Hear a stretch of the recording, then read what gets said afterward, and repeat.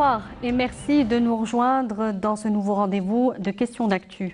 On revient sur la situation au Sahara occidental, une guerre des armes, une guerre des nerfs et une guerre de l'image. Depuis 2 semaines, le Front Polisario, représentant du peuple sahraoui, a donc repris la lutte armée pour reconquérir son territoire confisqué par le Maroc depuis plus de 4 générations.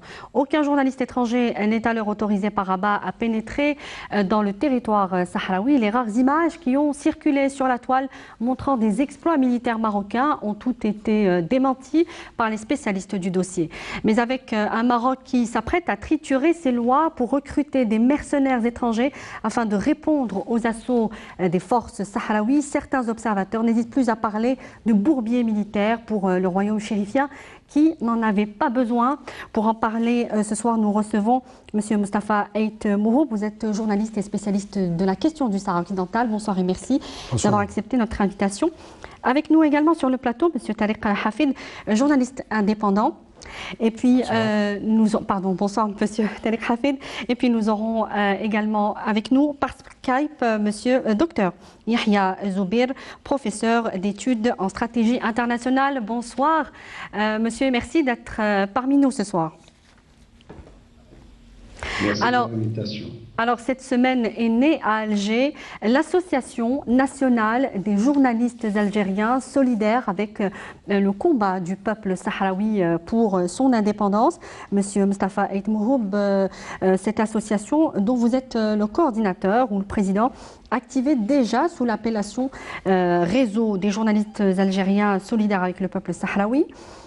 Son objectif est, vous l'avez dit, de lutter contre le blackout médiatique imposé par le Maroc sur la situation au Sahara occidental. Comment allez-vous interpeller davantage l'opinion internationale sur ce conflit du Sahara occidental? Oui, comme vous venez de le dire, cette association a existé déjà comme réseau. Elle existe comme réseau depuis 2015. Et on a constaté avec un groupe de journalistes algériens solidaires avec la cause sahraoui, dont fait partie notre ami Tariq Hafid, on a constaté qu'il y avait un blackout vis-à-vis de ce qui se passe dans les territoires sahraouis occupés. Il y avait une répression contre l'intifada sahraoui, il y avait des activistes des droits de l'homme qu'on mettait en prison, qu'on tabassait, etc. Et on ne trouvait pas ça. Il n'y avait pas d'écho dans les titres de la presse internationale. C'est par rapport à ça qu'on a réagi.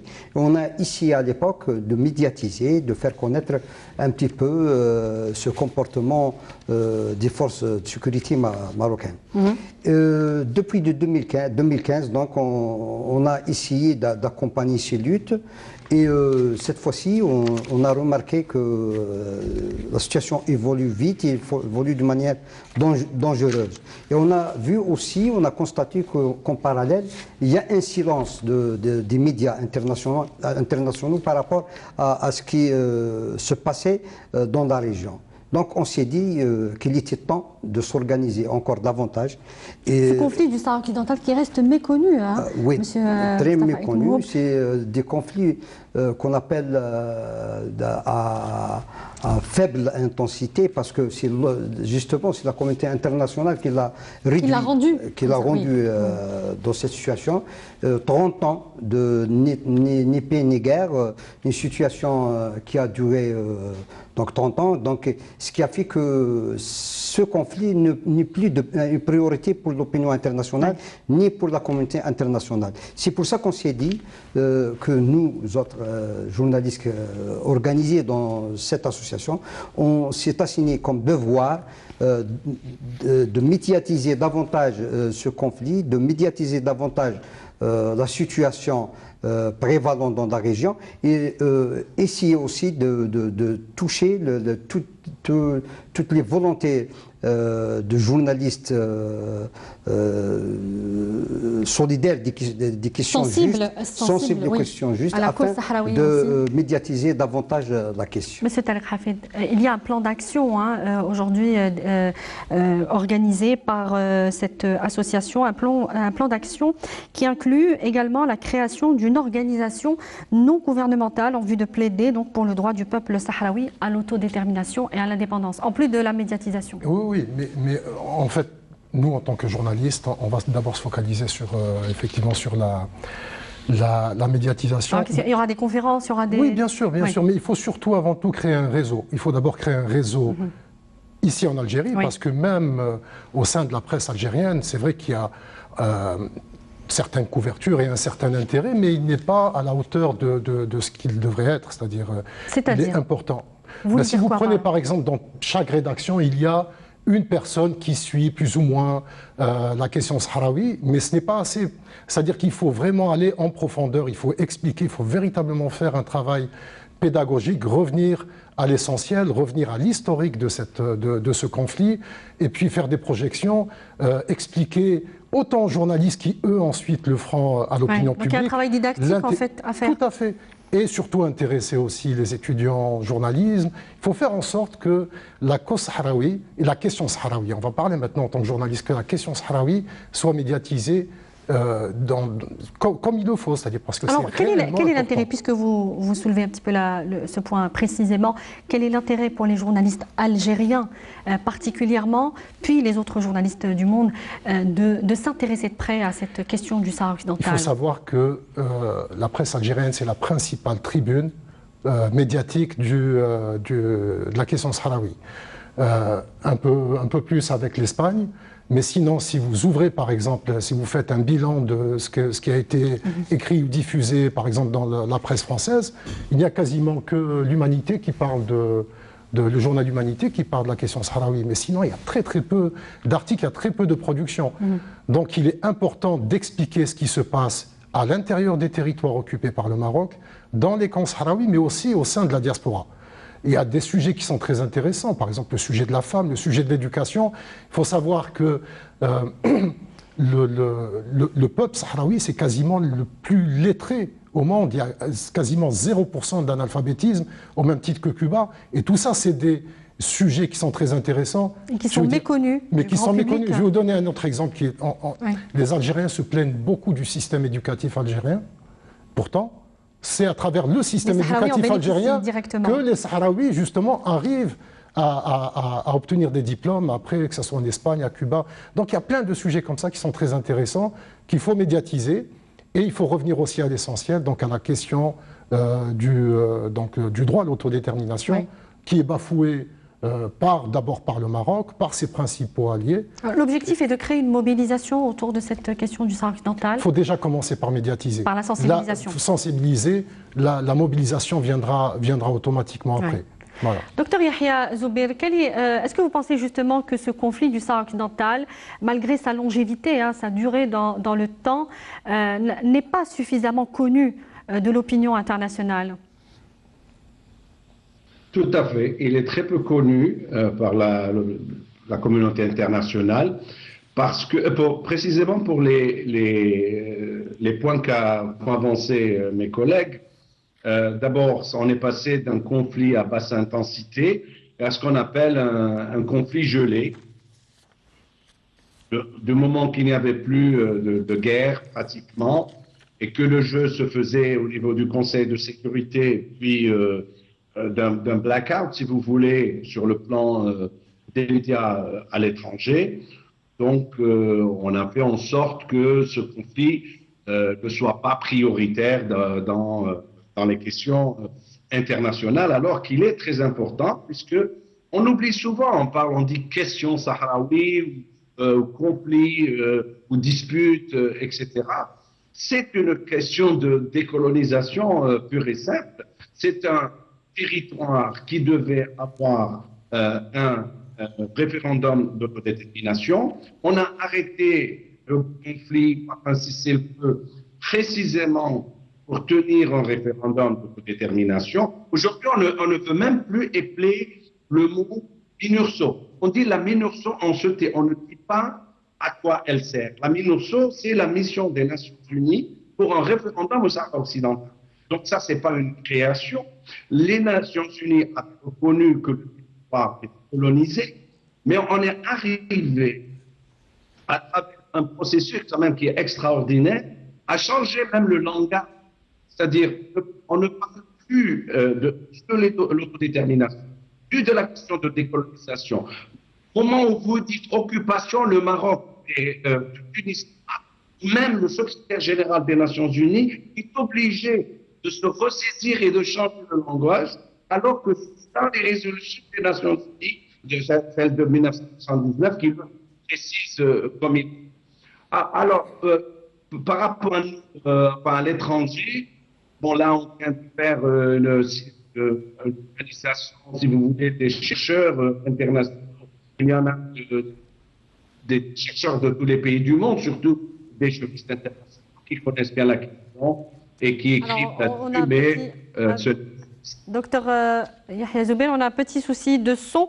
On va revenir vers vous incessamment. Alors effectivement, docteur Yahya Zoubeir évoquait finalement comment dire, la campagne de changement de nature de ce conflit, docteur Monsieur Aït Mouhoub, du conflit du Sahara occidental. De basse intensité, un conflit gelé. Et il y a aussi des éléments de langage qui ont évolué, qui ont changé. On se souvient de l'ex-secrétaire général des Nations Unies, Ban Ki-moon, qui en 2016, je crois, était en visite au Sahara occidental et avait utilisé le mot occupation et s'était attiré le courroux de Rabat. Alors aujourd'hui, on ne peut même plus parler des mots juridiquement consacrés sur le Sahara occidental, sur ce conflit du Sahara occidental. C'est les termes utilisés dans les résolutions du Conseil de sécurité de l'ONU qui ont un petit peu, je ne dirais pas évolué, qui ont, sur certains aspects, changé de nature. Changé, évolué. Pas dans le bon sens, malheureusement. Là, je voudrais bien revenir un petit peu en arrière. Oui, oui. La résolution 690 pour la création de la MINURSO en avril 1991 est claire. C'est l'organisation d'un référendum d'autodétermination. C'est clair et net. Et réunir les conditions de l'organisation de ce référendum sans contrainte administrative ou militaire. C'est les mots utilisés. L'évolution ensuite du conflit. On a vu que le Maroc tergiversait. Il y a eu l'accord sur les aspects militaires en 1997 entre la MINURSO et le Polisario, et janvier 1998 entre le Maroc, puissance occupante, et la MINURSO. Ensuite, il y a eu la venue de Becker, James Becker, il y avait deux plans, le premier plan et le deuxième plan, qui malheureusement ont buté tous les deux sur la question du recensement des électeurs. À chaque fois, le Maroc faisait blocage. Il voulait intégrer les colons pour voter. À un certain moment, le Polisario a fait des concessions énormes sur ce volet, uniquement pour avancer. Monsieur Aït Mouhoub, ces deux plans Becker étaient déjà une trahison par rapport aux accords de cessez-le-feu qui stipulaient la tenue du référendum dès 1992, et ensuite les choses ont évolué autrement. Donc on arrive à Ban Ki-moon, à James Becker, les deux plans Becker. Surtout le deuxième plan, c'était une issue qui prend l'essentiel des éléments, si vous voulez, de la résolution 614, de la création de la MINURSO. Mais malheureusement, cette proposition acceptée par les Sahraouis, par son représentant légitime, le Polisario, stipule une autonomie, une transition de 5 ans, sous forme d'autonomie, gérée par le Polisario. Ensuite, le référendum. Malheureusement, ça a buté sur le refus du Maroc, et il y a eu démission de James Becker, il y a eu l'intermède de Ross, et le passage de Ross aussi, on voit aussi une évolution dans les termes utilisés. On parle d'une solution mutuellement acceptée et, avec l'organisation du référendum. L'organisation du référendum, l'autodétermination, jusqu'à aujourd'hui, le Conseil de sécurité, on parle. Contrairement à ce qu'avait dit il y a quelques jours, le représentant du Maroc à l'ONU, où il a dit sur CNN qu'on ne parle plus au Conseil de sécurité de... C'est faux. La dernière résolution qui n'était pas totalement favorable aux Sahraouis, mais il y a toujours l'élément autodétermination qui n'a pas totalement été évacué. Mais on revient à ces éléments de langage. Il y a eu l'incident de Ban Ki-moon, qui est arrivé survenu dans les territoires libérés, ce n'est pas un incident. Le Ban Ki-moon parlait d'occupants marocains, d'occupation marocaine, et c'est des termes utilisés justement à l'ONU. Et ça a évolué vers une crise entre l'ONU et le Maroc. Le Maroc a décidé d'expulser la composante administrative politique de la MINURSO, qu'ils étaient 74, je crois, ou 75, oui. Et c'est rentré dans une crise carrément. Et on revient ensuite, en 2016 toujours, il y a eu la première crise d'El Gargarat. Le Maroc qui a introduit des éléments sécuritaires dans la zone tampon, la zone d'exclusion, il voulait pas carrément occuper le Galgarat. C'était la première tentative. Et c'est devenu le point de non-retour. On va revenir sur cette crise d'El Gargarat qui est une étape clé en fait dans ce conflit. Et on l'a vu, c'est à travers elle que finalement la lutte armée a repris. Je me permets, Monsieur Aït Mouhoub, de vous interrompre puisque nous avons repris contact, enfin la connexion avec Monsieur Dr Yahya Zoubir. Dr Yahya Zoubir, vous avez souvent évoqué cette propagande médiatique menée par les médias marocains qui a donc évolué à travers les années et le Maroc qui a jeté un petit peu, qui veut jeter le trouble sur la nature du conflit et carrément sur le statut juridique du territoire sahraoui. Oui, absolument. Ce que le Maroc fait, c'est de dire, c'est dépasser. Si on entendait le Maroc, même le Maroc même ne devrait plus être libéré, ne devrait plus être un pays indépendant. C'est-à-dire que c'est un argument qu'on utilise de dire le concept d'autodétermination est périmé. C'est quelque chose du passé, que nous avons changé d'époque et qu'il faut évoluer.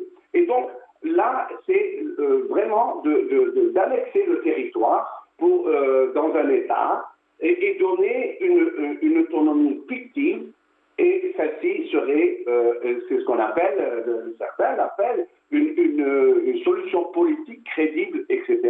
Mais la réalité est qu'on est parti d'un processus de décolonisation pur et simple. C'était indépendance ou intégration. Point final, il n'y avait pas 36. Et le référendum n'a jamais été tenu. Et je pense que depuis le début, de toute manière, parce qu'il est né dans le contexte de la guerre froide, on n'a jamais fait jouer le chapitre 7, qu'on a fait jouer plus tard en 2003 en Irak. Quand l'Irak a envahi le Koweït, on l'a appliqué. Par contre, quand le Maroc a envahi le territoire, on n'a pas invoqué le chapitre 7, même s'il y a eu une résolution des Nations Unies qui ne reconnaissait pas justement ni la Masouère, ni le traité tripartite entre l'Espagne, la Mauritanie et le Maroc. Donc, tout ça, on a fait en sorte, bien sûr, il y a des puissances externes pour leurs propres intérêts, qui ont fait en sorte que le Sahara occidental ne devrait pas être un État indépendant. Ceci est fait d'un côté pour récompenser le Maroc pour service rendu, pour des raisons historiques que vous devez connaître, c'est-à-dire de l'indépendance de l'Algérie. Donc il fallait octroyer un territoire en échange de certaines prétentions marocaines sur le territoire algérien. Donc tout ça a été un jeu, et le moment, et c'est là où le bas blesse, si l'on veut, à partir de ce cessez-le-feu, le moment où la question du Sahara occidental est passée à l'ONU, au Conseil de sécurité, ça veut dire que ce sont les amis du Maroc qui se sont arrangés pour toujours faciliter cette occupation qui continue. L'Espagne, qui est entre les deux, elle n'est pas tout à fait pour, ni tout à fait contre. Elle veut une certaine paix avec les Algériens pour des considérations stratégiques, économiques, etc. Donc, on a tout fait pour geler ce conflit, puisqu'il ne dérange pas, en quelque sorte. Docteur Yahya Zoubir, vous dites, de toute façon, le Maroc n'a jamais vraiment eu l'intention de tenir ce référendum, y compris avec le roi Hassan II. Pas du tout.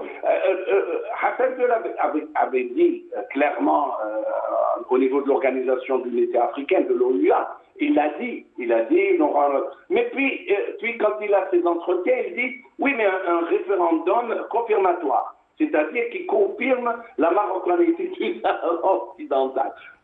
Mais elle n'a pas été reconnue. Et je me souviens, rappelez-vous bien, de ce que disait Hassan II, je veux l'annexion du territoire avec la bénédiction des Nations Unies. Et c'est ce qu'on essaye de lui donner. Et cette histoire de Gargarat, vous avez dit que vous allez en parler tout à l'heure, c'est une manière de continuer justement cette occupation. Et au lieu de parler de violation, d'accord, vous voyez, aujourd'hui, l'Union européenne elle-même, par son porte-parole, M. Borrell, qui parle c'est une question économique. Il ne parle pas d'une violation d'un cessez-le-feu, de règles énoncées par les Nations Unies. Donc, on fait tout, c'est qu'on échange les Sahraouis comme une marchandise.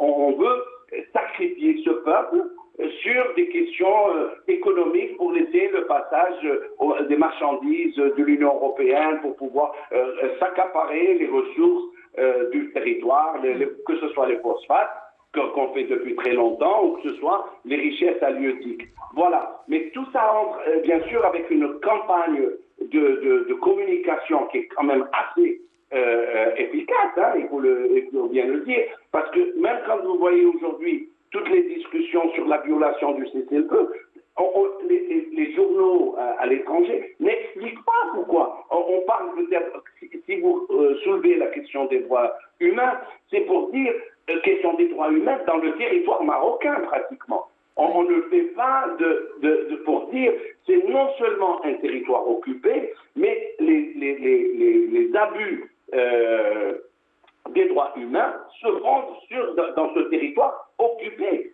et qui attend toujours son référendum d'autodétermination. Voilà où nous en sommes. Vous restez avec nous, docteur Yahya Zoubir. Je reviens à vous, monsieur Tariq Hafid. Docteur Yahya Zoubir, parler de l'évolution, des éléments de langage. Et on a pu le voir, notamment dans la crise d'El Gargarat. On y vient parce que, je le disais, c'est une étape clé. Elle a marqué un tournant dans ce conflit du Sahara occidental. Lorsqu'il y a eu les couvertures médiatiques sur les derniers jours de la crise d'El Gargarat, on ne parlait plus d'une zone tampon, d'une zone démilitarisée, mais d'un corridor commercial qui aurait été bloqué par des Sahraouis. Elle est là, la dangerosité, en fait, qui jette le trouble sur l'aspect juridique de ce dossier. Là, on voit la puissance médiatique qui est derrière, c'est-à-dire le jeu des lobbies médiatiques occidentaux.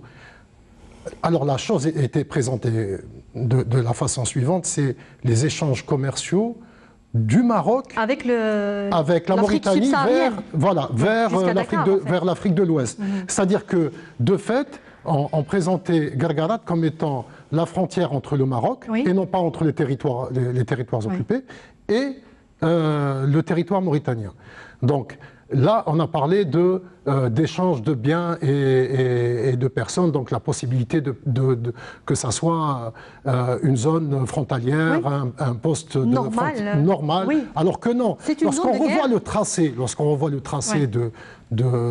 qui sépare donc ce mur de séparation militaire qui a été érigé par le Maroc, il n'y a pas un seul passage.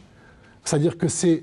Alors, il y a d'ailleurs des Marocains qui ont parlé d'erreur dans le découpage de ce mur. Et il y a des Marocains qui disent que le Maroc a fait une erreur en oubliant ce passage finalement d'El Gargarat qui aujourd'hui leur coûte finalement cette reprise de la lutte armée. Mais ils ont eu les moyens de rectifier cette erreur, puisque pendant à peu près une vingtaine d'années, ils ont pu, avec la bénédiction de nombreux États occidentaux, de l'ONU, dernièrement, essentiellement la France, l'Espagne, de pouvoir justement bénéficier de ce passage. La fermeture de ce passage est une catastrophe économique pour le Maroc. Alors, je dirais même plus, la reprise du conflit tout le long du mur de séparation est une catastrophe économique pour le Maroc, pour la mobilisation des soldats, pour le trafic de stupéfiants. Parce qu'une grande partie de ce trafic passait par le mur, d'un côté de Gargarat, mais même tout le long du mur, d'ailleurs à tel point que l'armée sahraoui a mis en place des unités pour lutter contre ce trafic, et donc a essayé de juguler ce trafic. Ça a été très très compliqué, mais la reprise du conflit fait que l'essentiel du trafic de drogue, de ce cannabis qui est produit au Maroc, ne parvient plus, ou alors avec beaucoup de difficultés, à transiter par les territoires libérés, à passer donc vers la Mauritanie, le Niger, le Mali, le Niger, et aller vers le Moyen-Orient, vers l'Asie. Actuellement, il y a, j'ai appris ça il y a quelques jours, donc des tensions justement au niveau de certaines zones du Sahel, donc de groupes qui contrôlaient ce trafic, et il y a véritablement une lutte actuellement, une lutte donc il pourrait y avoir le truchement d'organisations terroristes, vous voulez dire? Ces organisations terroristes, c'est elles qui organisent ce trafic, en grande partie. Mais il y a une lutte... La criminalité trans... Tout à fait. Il y a le dernier rapport de l'ONU. Donc c'est un conflit qui peut évoluer, en fait. Mais bien sûr, il y a un rapport de l'ONU, donc d'experts de l'ONU, qui explique comment les groupes terroristes qui datent de cet été, comment ces groupes terroristes profitent de certains trafics, donc notamment du trafic de drogue, et les experts ont pointé justement tout ce trafic de drogue qui provient du Maroc. Monsieur, vous voulez réagir? Oui, justement, pour rajouter un petit peu un détail concernant le Gargarat, il faut dire qu'il y a deux tentatives. Il y a eu la tentative de 2016 et l'ONU, le Conseil de sécurité, avait parlé en 2017 d'une commission technique pour enquêter sur ce qui s'est passé à El Gargarat. Qui n'est jamais venu, je crois. N'a jamais vu le jour, cette commission. Donc, on se demande pourquoi la fixation sur le Gargarat, alors que tout le mur de séparation était ce mur déjà érigé d'une manière illégale sur le territoire sahraoui, un mur qui contient plus de 9 millions de mines. C'est un champ minier. C'est la zone la plus minée au monde. Minée au monde, on n'en parle pas. Ouais. Elle est occultée, on revient aux médias, elle est occultée parce qu'il y a des volontés politiques derrière, de puissances qui sont en train d'aider le Maroc sur ça. Et on revient sur le Gargarat, on en fait un abcès de fixation. Donc il y a deux éléments à prendre en charge. Il y a l'élément économique. Mais c'est malgré eux, monsieur Mustafa. Oui, l'élément. Malgré le Maroc, que le Gargarat soit devenu finalement un point focal. Le Maroc, il est indépendant de sa volonté dans cette affaire. Le Maroc, il est là, il obéit à une logique, à une certaine injonction, notamment de l'ancien colon de la France. Et il est en train d'appliquer. Disons que depuis 1958, il est dans cette posture. Il n'a pas changé. Il n'a pas changé, il continue. Donc, El Gargarat, le Maroc, en ramenant des unités militaires et en les déployant dans la région, c'est changer la nature d'abord de l'accord de cessez-le-feu, de son annexe militaire, l'annexe numéro 1, c'est-à-dire plus de zone tampon. Et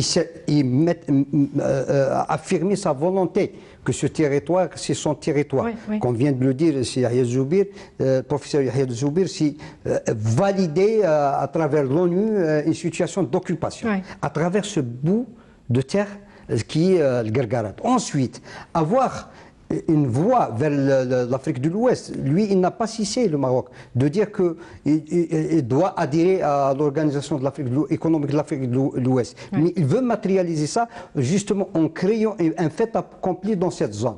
Ensuite, il y a l'élément de la drogue, comme vient de l'expliquer si bien Tarek Hafid.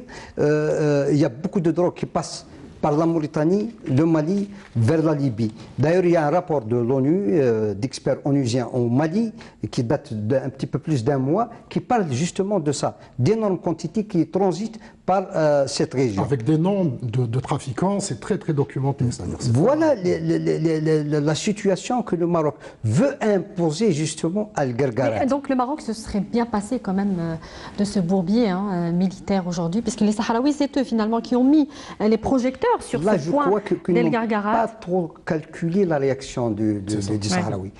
Eux, ils croyaient que les Sahraouis, le plafond de leur réaction ne dépasserait pas recourir à l'ONU, au Conseil de sécurité, comme ils l'ont fait en 2016. Oui, mais là, c'est carrément le retour à la guerre, parce que le Maroc a tout simplement effreint l'une des clauses du cessez-le-feu, celle de la zone tampon. Allez-y, monsieur. À mon avis, Oui. je pense que le Maroc et ses alliés ont bâti leur stratégie de statu quo sur un élément, c'est que le conflit ne reprendrait pas. C'est-à-dire, quelle que soit la situation, ni le Front Polisario n'accepterait de reprendre donc, le conflit, ni encore même ce qu'ils considèrent Roma comme étant l'Algérie. Ça a surpris quand même les observateurs, M. Taleb Hafid. Sincèrement, moi je n'ai pas vraiment été Est-ce qu'il y avait surpris. finalement tous les éléments? Il y avait tous les éléments, tous les éléments Ouais. étaient là. Et en plus, il y a eu plusieurs rappels à Vous pensiez que l'ordre. ça allait reprendre? Vous pensiez que la lutte armée allait finalement renaître? Il faut comprendre qu'il y a une très grande pression aussi, une très grande pression qui vient de ce qu'on va appeler la rue Sahraoui, notamment dans les camps. Les camps. Les jeunes, il y a eu à un certain moment pratiquement un conflit de génération entre la jeunesse sahraoui et les dirigeants du Front Polisario qui ont fait preuve de sagesse. Ça a duré très longtemps. Et donc la jeunesse sahraoui a dit non, mais ça suffit maintenant. Et elle le dit depuis très longtemps. Maintenant, on se fait avoir. Ça fait 40 ans, 45 ans? Il faut reprendre donc la lutte armée. Il ne faut pas oublier que le président sahraoui actuel est un des chefs justement Premier secrétaire général du Front Polisario, et qui a été un des premiers chefs de cette armée. De guerre, un chef de guerre. Tout à fait. On va reprendre par téléphone Dr Yahya Zoubir.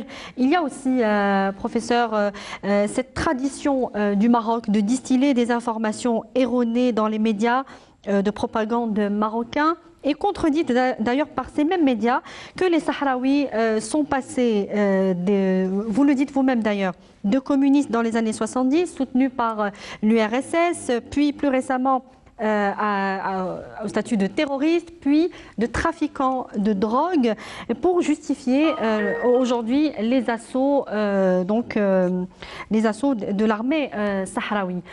Qu'est-ce qu'on peut dire aujourd'hui sur la propagande marocaine? Est-ce qu'elle gagne à faire accepter par la communauté internationale? Et il est là le risque, accepter le statut du Maroc sur le Sahara occidental. À mon avis, ces accusations contre les Sahraouis ne sont pas crédibles.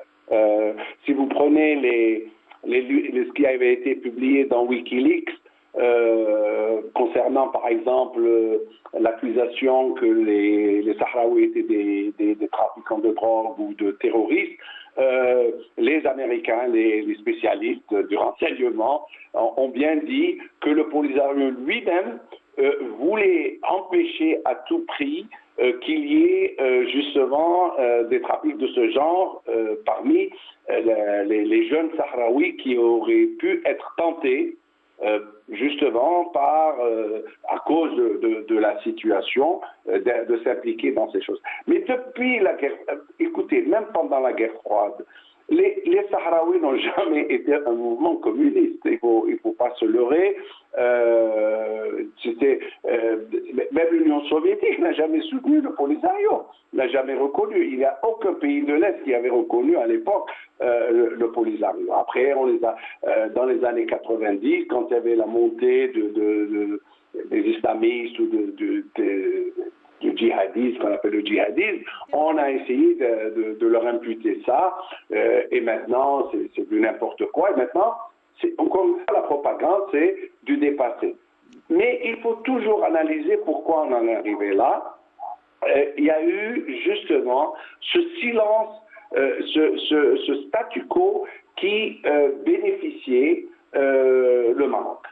De construire, etc., de gagner, et en pensant que les Sahraouis allaient se rallier comme par enchantement au Maroc, vivre dans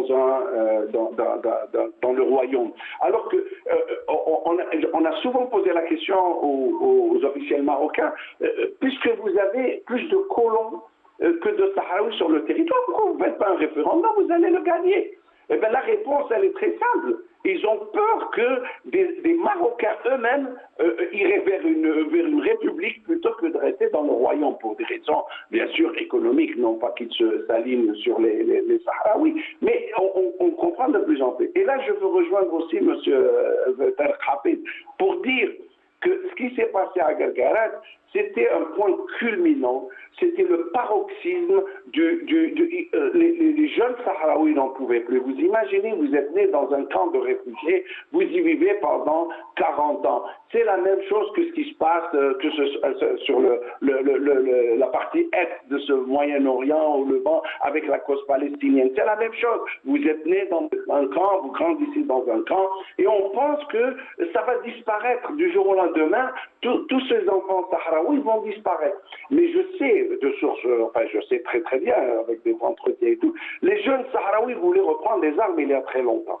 Il y a très longtemps, même à un moment donné, quand il y avait le rallye, c'était en 2002, si ma mémoire ne me trahit pas, les Sahraouis avaient menacé de reprendre des armes. Il a fallu que ce soit l'intervention des États-Unis au niveau de ses amis dans la région pour dire, essayer de calmer le jeu, ne reprenez pas les armes. Alors, ce qui s'est passé il y a 2 semaines, c'est qu'on ne s'attendait pas à ce que les Sahraouis reprennent les armes. Et tout ça parce que il y a du côté dans le voisinage, si vous voulez, il n'y a pas eu, enfin cette question n'a pas a été elle-même dans l'oubli, alors qu'elle concerne que ce soit l'Union du Maghreb arabe, qui n'est plus, qui est la belle au bois dormant, mais il y a cet humain qui bouge pas. On a essayé, on s'est focalisé sur ce qui se passe au Mali, ce qui se passe en Libye, mais on a oublié que de ce côté-là, c'est problématique. Je vous assure, d'un point de vue vraiment scientifique, académique, c'est dans l'intérêt du Maroc de ne pas faire cette guerre et de ne pas d'arrêter cette propagande, parce que on le dit pas suffisamment. Le Maroc souffre économiquement, sa jeunesse souffre économiquement. Voyez le nombre de jeunes qui émigrent, etc. Et donc, ce n'est pas dans l'intérêt de la région d'avoir ça. Mais il faut dire la vérité, il fallait crever l'abcès, parce que sans avoir crevé cet abcès, et encore une fois, vous voyez, il y a une reprise des hostilités et on ne fait rien, on ne fait même pas une réunion du Conseil de sécurité pour traiter de la question. On fait comme si elle n'existait pas. Professeur Yahya Zoubeir, vous le disiez, hein, le Maroc tablait finalement sur l'essoufflement de ce conflit, et on le disait aussi sur le plateau. Mais aujourd'hui que la lutte armée a repris, qu'est-ce qui va se passer selon vous? Est-ce qu'il va falloir reprendre les négociations à un moment donné, ou est-ce que Rabat va continuer dans sa propagande médiatique jusqu'à influer sur finalement le statut juridique de ce territoire sahraoui? La propagande médiatique, elle est de bonne guerre, hein, c'est psychologique, les Sahraouis, n'oubliez pas, répondent très très bien. Il y a des mouvements en Nouvelle-Zélande, en Australie et ailleurs. Il y a eu pas plus loin que samedi dernier, il y avait des rassemblements en France et ailleurs. Il y a des choses qui circulent.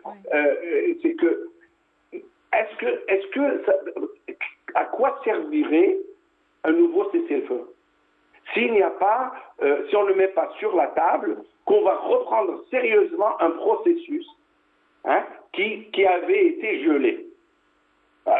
Il n'y a pas de raison. Je ne suis pas favorable à la guerre, entendons-nous bien. Mais si je me mettais à la place des Sahraouis, ça servirait à quoi de s'arrêter maintenant? C'est pour voir encore une fois Guerguerat être annexé au territoire marocain. C'est comme si les Sahraouis contribuaient à leur propre colonisation.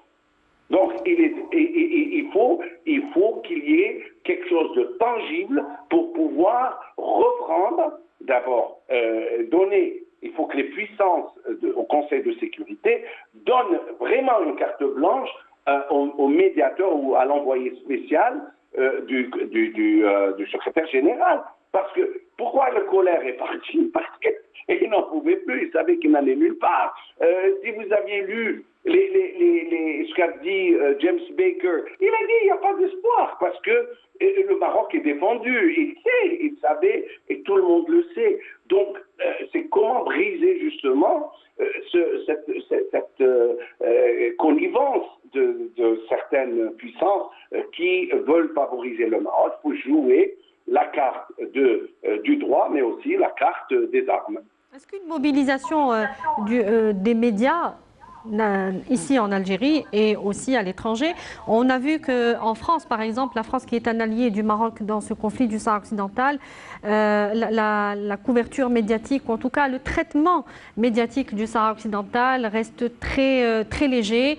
C'est quand même assez étonnant puisque ce conflit n'est pas loin géographiquement de la France. On peut même considérer qu'il est dans sa zone d'influence stratégique. Comment on peut considérer ce blackout médiatique dont parlait M. Aït Mouhoub? Mais ce blackout, il n'existe pas depuis aujourd'hui. Moi, j'ai parlé à un journaliste. Mais la guerre a repris aujourd'hui, docteur Yahya Zoubeir.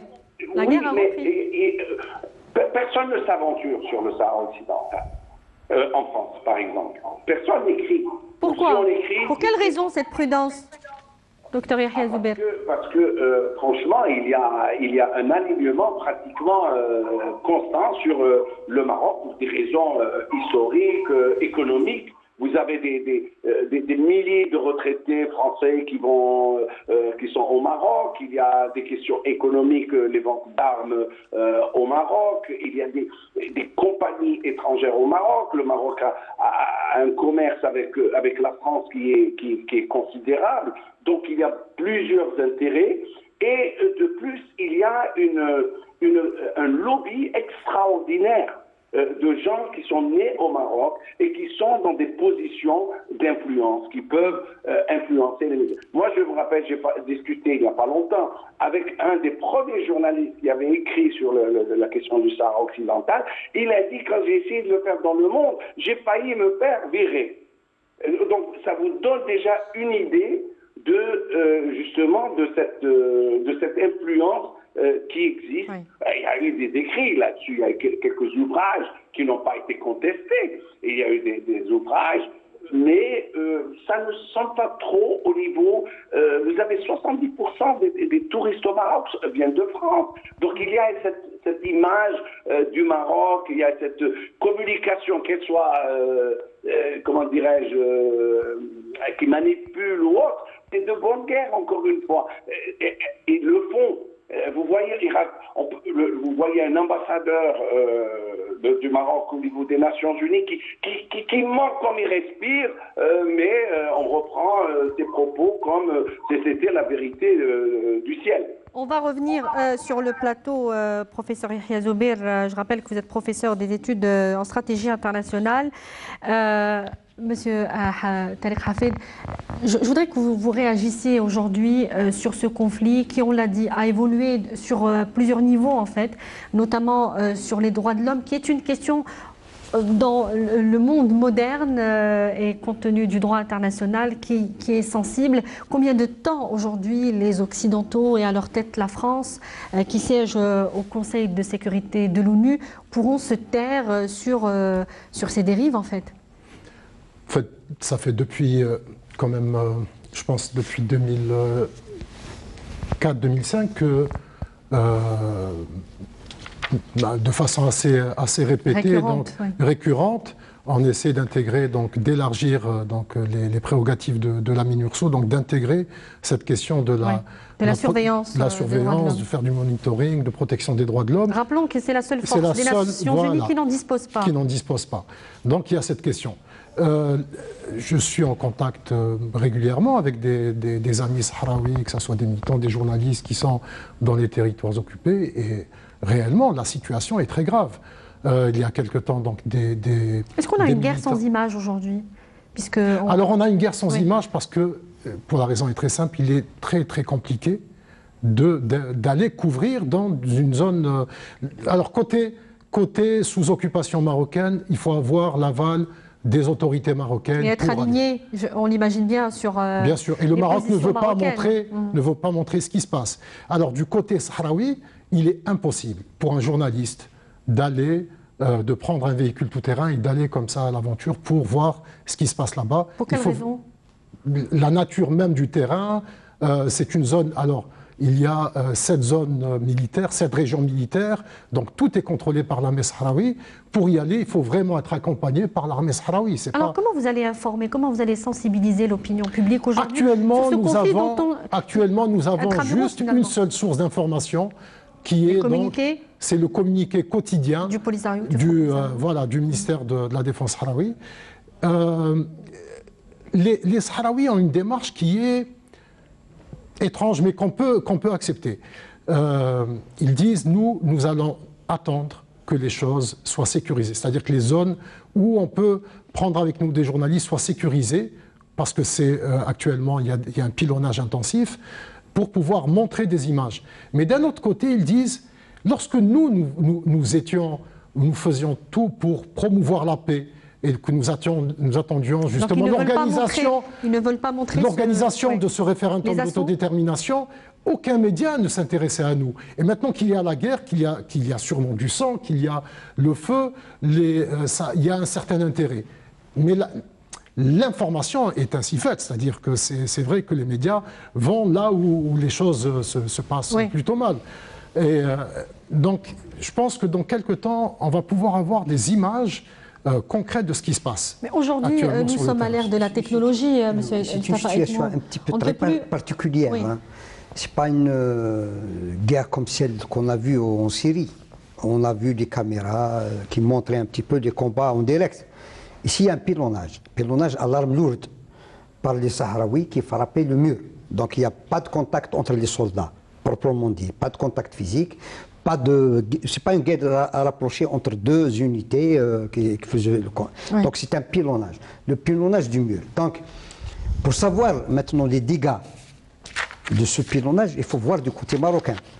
Il faut permettre aux journalistes de rentrer. Tout à fait. Rappelons qu'un correspondant espagnol de l'agence presse espagnole a été renvoyé par Rabat. La fermeture justement de ces territoires occupés, ça date depuis longtemps. Même les députés européens n'ont pas pu pénétrer dans cette zone. Oui. Mais les territoires contrôlés par les Sahraouis, il y avait toujours des délégations de journalistes des visites. On organisait des visites. Il y avait même des journalistes qui sont venus de l'Europe, qui ont changé carrément de leur vision, de leur avis sur ce conflit. Donc ils sont venus dans les camps de réfugiés, parce que c'est les seuls camps de réfugiés au monde qui sont gérés par un État, la République arabe sahraoui démocratique, pas par pas l'organisation onusienne, les organismes de l'organisation onusienne. Donc il y a cet élément. Le deuxième élément, la difficulté pour les Sahraouis, il y a le territoire est vaste et désertique. Donc si un journaliste prend un 4x4, comme il disait notre ami Tarek, et il va à l'aventure, il risque de ne pas revenir. Il va se perdre dans le désert. Donc il doit avoir un guide, ça doit être organisé d'abord. Donc il y a cet élément de la difficulté qui entre dans le jeu. Donc on verra d'ici peu, on est au 18e jour je crois, depuis le 13 novembre. Donc on est au 10e jour. Au 10e jour, c'est vrai, on n'a vu que les images de pilonnage par l'arme lourde de l'armée de libération sahraoui. Mais on n'a pas vu les dégâts de l'autre côté parce que c'est fermé. Donc pour les Sahraouis, je crois que ça viendra. Donc il y aura des visites sur le terrain, mais vu la difficulté du terrain, on ne peut pas laisser un journaliste partir comme ça. Ce n'est pas une guerre comme celle c'est pas une guerre classique dans un terrain. Oui. Donc c'est différent. Juste préciser quelque chose. Tout à l'heure, on parlait de la pression de la jeunesse sahraoui, donc qui est dans les camps depuis... il y a des personnes qui sont nées dans des camps, qui sont maintenant mariées, qui ont des enfants, etc. Il ne faut pas oublier aussi que de l'autre côté, sur le mur, il y a des dizaines de milliers de soldats marocains qui ont commencé leur carrière dans ce mur et qui sont toujours dans ce mur et qui ont peut-être pris leur retraite. C'est-à-dire que la pression aussi, elle est sur l'armée marocaine. C'est-à-dire que c'est une armée qui est essentiellement concentrée donc, dans ces territoires occupés. On le sait aujourd'hui que le Maroc veut changer quelques lois pour justement recruter des mercenaires. Que ce soit des mercenaires ou alors créer une sorte de légion étrangère pour venir en renfort aussi. Pour venir en renfort. Je ne sais pas ce que ça vaut, mais en tout cas, former des militaires, on ne peut pas former des militaires efficaces en l'espace de quelques mois. D'où la dangerosité de cette entreprise, de cette démarche en général. Alors moi, je voudrais vous demander votre avis, puisque le temps qui nous est imparti est donc bientôt fini. Je voudrais vous demander votre avis sur la durée de cette guerre. Est-ce que le Maroc pourrait finalement, comme on l'a dit tout au long de ce débat, qui n'a pas choisi de revenir à cette guerre, pourrait faire volte-face et revenir à quelque chose de plus sage comme des négociations? Ou alors est-ce que c'est un conflit qui va s'inscrire dans la durée? Je crois que la situation a changé. Depuis le 13 novembre passé, vendredi 13 novembre passé, la situation a complètement changé. On est maintenant dans un état de guerre. Même si le Maroc refuse de reconnaître cette guerre, mais cette guerre, elle est là. Hein, oui. Je ne vais pas refuser cette guerre trop longtemps. Il va se mettre à l'évidence parce que c'est une guerre qui va aussi causer des dégâts au Maroc, qui est déjà fragilisé par une crise économique difficile. Il passe par une crise économique. 91 de son PIB, carrément, c'est le volume de la dette extérieure. Et les choses s'empirent. C'est-à-dire les indicateurs économiques ne sont pas là pour indiquer une relance économique ou une reprise. Il y a le mécontentement populaire aussi, une situation sociale très difficile, politique aussi. Il y a la guerre de succession parce que le roi est malade. Tous ces éléments sont des éléments qui fragilisent un petit peu la position marocaine. Mais le Maroc compte toujours sur son allié de toujours, c'est la France. Comme je l'ai dit, depuis l'opération Écouvillon en 1958 jusqu'à aujourd'hui, il a compté sur la France et il a vu juste, parce que l'ancien colon était toujours là pour l'aider. Donc vous voyez que les choses vont s'étendre. On a vu le coup de couteau dans le dos du peuple sahraoui en janvier 2019. Le Parlement européen qui a voté une résolution pour revoir un petit peu l'accord d'association avec le Maroc, incluant les territoires sahraouis, donc qui permet carrément le pillage des richesses qui ont présenté un recours. Donc, qui a été considéré par les observateurs comme un coup de couteau dans le dos des Sahraouis par le Parlement européen. Donc vous voyez que ce conflit va s'inscrire dans la durée. C'est votre réponse? Oui, il va s'inscrire dans la durée. Ce soir. Monsieur Taleb Habib. Il y a deux options. Soit le Maroc accepte de revenir aux négociations et donc on va sûrement aller vers un cessez-le-feu et donc des négociations avec pour objectif principal ça sera l'organisation des référendums d'autodétermination. Donc ça c'est l'option la plus optimiste, la plus sage. Oui. Sinon aller vers une guerre qui va durer longtemps avec sûrement cette volonté du Maroc d'essayer de l'élargir et d'inclure donc le voisin principal, donc l'Algérie.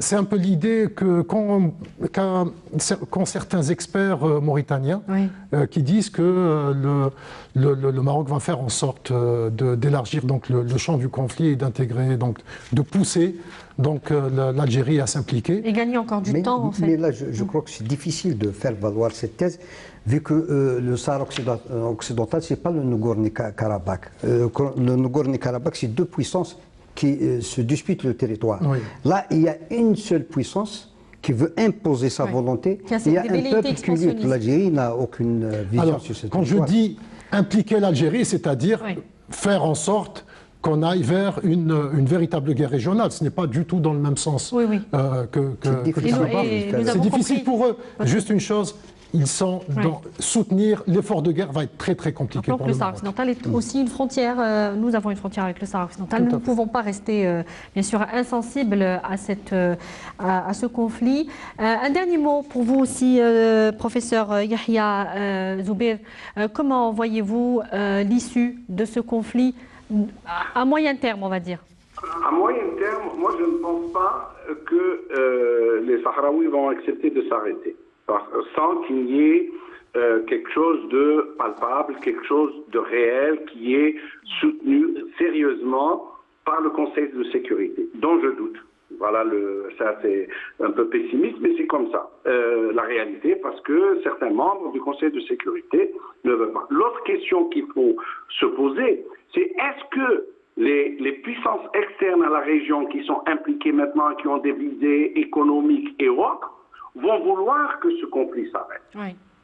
Jusqu'à justement l'espoir de pouvoir faire taire les Sahraouis pour toujours, mais on ne peut pas faire quelque chose de ce genre. Donc on est dans une situation très délicate, à moins que, avec la nouvelle administration à Washington, si elle décidait de s'impliquer, il y a comme le sénateur James Inhofe, qui parlent de cette question et qu'il y ait une prise de conscience, parce que les États en ce moment, avec une MINURSO qui dépense c'est 100 millions de dollars, je pense, par an, etc. Il pourrait y avoir une fatigue, si vous voulez, même de ce côté-là. Mais est-ce que les monarchies du Golfe ou autres qui sont impliquées veulent que ce conflit s'arrête? C'est une question importante à mon avis. C'est une nouvelle donne dans la région. Mais bien sûr, ces monarchies ont des alliés en Europe. Docteur Yahya Zoubil, je rappelle que vous êtes professeur d'études en stratégie internationale. Vous étiez avec nous à partir de Marseille. Merci pour vos éclairages. Et puis, Monsieur Mostafa Ait Mouhoub, journaliste spécialiste de la question du Sahara occidental. Merci également. Merci également à vous, Tariq Hafid, journaliste indépendant et spécialiste des questions internationales. Merci donc à vous de nous avoir suivis dans ce rendez-vous de questions d'actu. Je vous dis à très bientôt. Excellente suite des programmes sur notre chaîne. Bonsoir.